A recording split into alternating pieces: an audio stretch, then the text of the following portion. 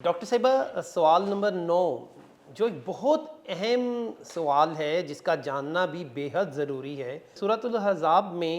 منہ بولے بیٹے اور امہات المومنین کے بارے میں کیا احکامات نازل ہوئے ہیں، اور نبی اکرم صلی اللہ علیہ وآلہ وسلم کا امت پر حق کا ذکر کس طرح کیا گیا ہے، اس کی بھی وضاحت فرما دیجئے۔ ما جعل الله لرجل من قلبين في جوفه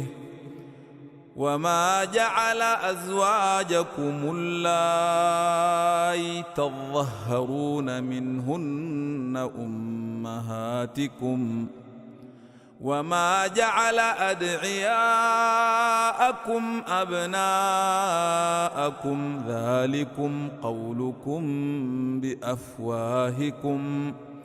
والله يقول الحق وهو يهدي السبيل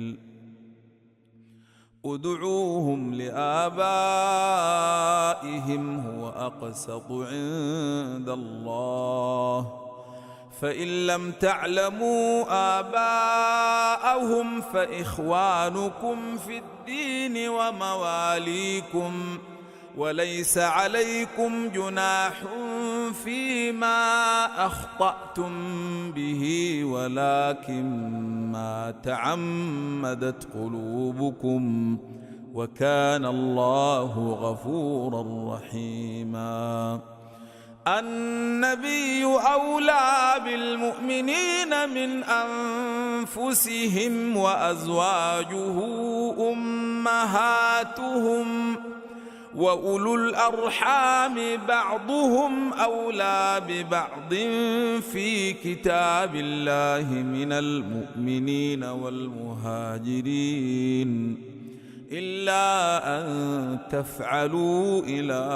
أوليائكم معروفا كان ذلك في الكتاب مسطورا۔ سورہ احزاب کی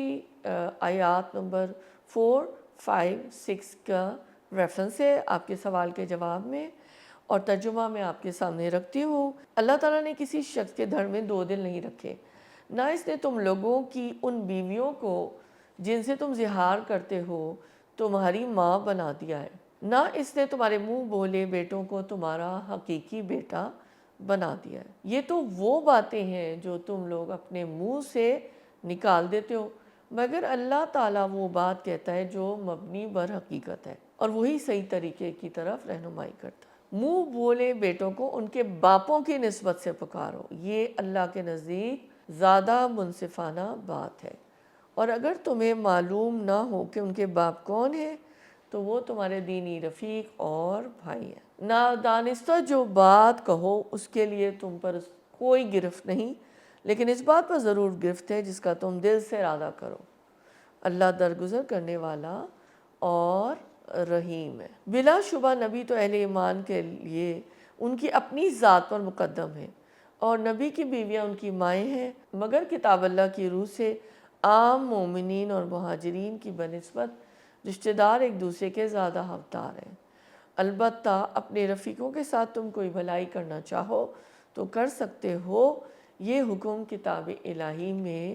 لکھا ہوا ہے۔ اب ہم تفسیر دیکھتے ہیں تفہیم القرآن کے ذریعے سے۔ یعنی ایک آدمی بیک وقت مومن، منافق، سچا، جھوٹا، بدکار اور نیکوکار نہیں ہو سکتا۔ اس کے سینے میں 2 دل نہیں ہیں کہ ایک دل میں اخلاص ہو اور دوسرے دل میں خدا سے بے خوفی، لہٰذا ایک وقت میں ایک آدمی کی ایک ہی حیثیت ہو سکتی ہے، یا تو وہ مومن ہوگا یا منافق، یا تو وہ کافر ہوگا یا مسلم۔ اب اگر تم کسی مومن کو منافق کہہ دو تو اس سے حقیقت نہ بدل جائے گی، اس شخص کی اصل حیثیت لازماً ایک ہی رہے گی۔ زہار عرب کی ایک خاص اصطلاح تھی۔ قدیم زمانے میں عرب کے لوگ جب بیویوں سے لڑتے تھے تو کبھی یہ کہہ بیٹھتے تھے کہ تیری پیٹھ میرے لیے میری ماں کی پیٹھ جیسی ہے، اور یہ بات جب کسی کے منہ سے نکل جاتی تھی تو یہ سمجھا جاتا تھا کہ اب یہ عورت اس پر حرام ہو گئی ہے کیونکہ وہ اسے ماں سے تشبیہ دے چکا ہے۔ زہار کے متعلق ان آیات میں اللہ تعالیٰ فرماتے ہیں کہ بیوی کو ماں کہنے یا ماں کے ساتھ تشبیہ دے دینے سے وہ ماں نہیں بن جاتی۔ ماں تو وہی ہے جس نے آدمی کو جنا ہے، محض زبان سے ماں کہہ دینا حقیقت کو نہیں بدل دیتا۔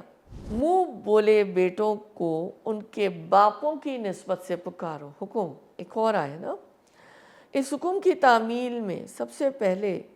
جو اصلاح نافذ کی گئی وہ یہ تھی کہ نبی اکرم صلی اللہ علیہ وآلہ وسلم کے منہ بولے بیٹے حضرت زید کو زید بن محمد کہنے کے بجائے ان کے حقیقی باپ کی نسبت سے زید بن حارثہ کہنا شروع کر دیا گیا۔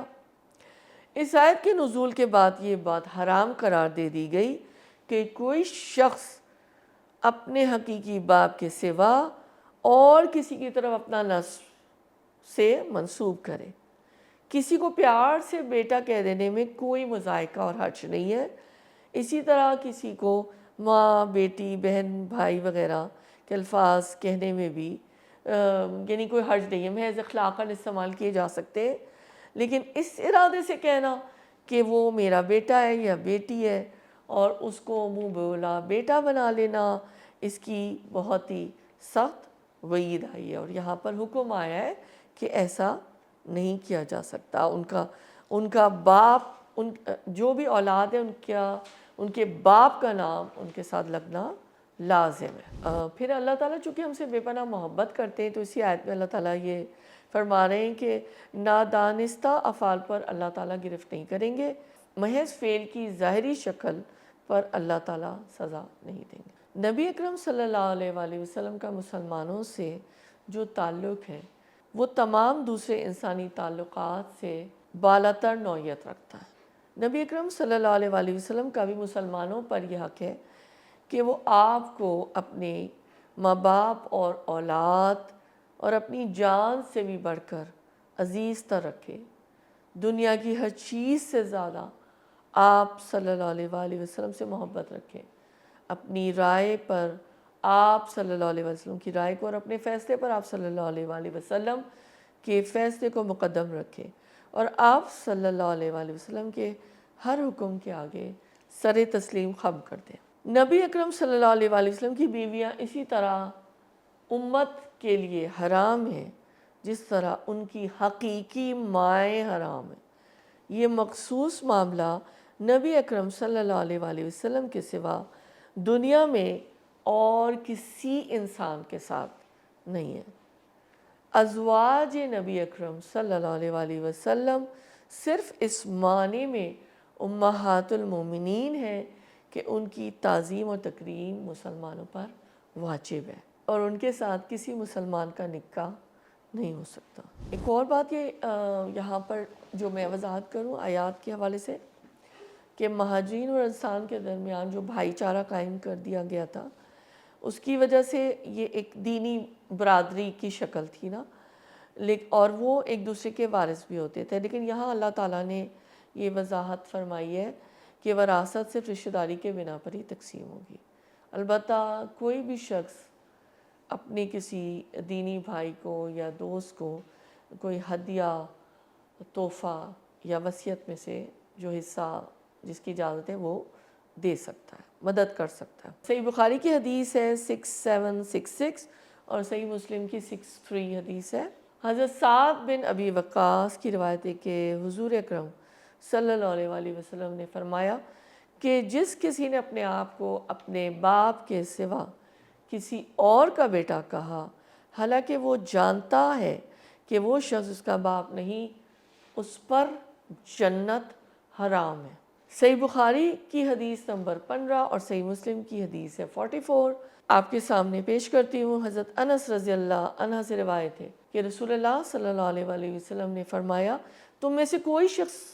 مومن نہیں ہو سکتا جب تک کہ میں اس کو اس کے باپ اور اس کی اولاد اور تمام انسانوں سے بڑھ کر محبوب نہ ہو جاؤں۔ جی ڈاکٹر صاحبہ، اب یہ اہم ہے کہ ہم ان کے عملی نکات بھی جان لیں۔ ایک وقت میں انسان کی ایک ہی حیثیت ہو سکتی ہے، یا تو وہ مومن ہوگا یا منافق، یا وہ کافر ہوگا یا مسلم، یہ نہیں ہو سکتا کہ وہ ہر گروپ میں شامل ہو۔ سیکنڈ پوائنٹ یہ ہے کہ منہ بولا بیٹا بنا کر حقیقی بیٹا یعنی قرار دے دینا یہ جائز نہیں ہے۔ زہار کے معنی بھی اللہ تعالیٰ نے یہ صاف بتا دیا کہ اگر کوئی شخص غلطی سے اپنی بیوی کو ماں کہہ دیتا ہے تو وہ اس کے اوپر حرام نہیں ہوگی۔ پھر جو ابھی ہم نے حدیث پڑھی اس میں پوری یعنی وضاحت ہو چکی کہ نبی اکرم صلی اللہ علیہ وآلہ وسلم کا بھی مسلمانوں پر یہ حق ہے کہ مسلمان آپ صلی اللہ علیہ وآلہ وسلم کو اپنے ماں باپ، اولاد اور اپنی جان سے بڑھ کر بھی عزیز رکھے، یہاں تک کہ دنیا کی ہر چیز سے بھی زیادہ آپ سے محبت رکھے۔ امہات المومنین امت کے لیے حقیقی مائیں ہیں اور ان کی حرمت ثابت ہے، وہ ان کے لیے حرام ہے، ان سے کوئی بھی مسلمان ان کے ساتھ نکاح نہیں کر سکتا۔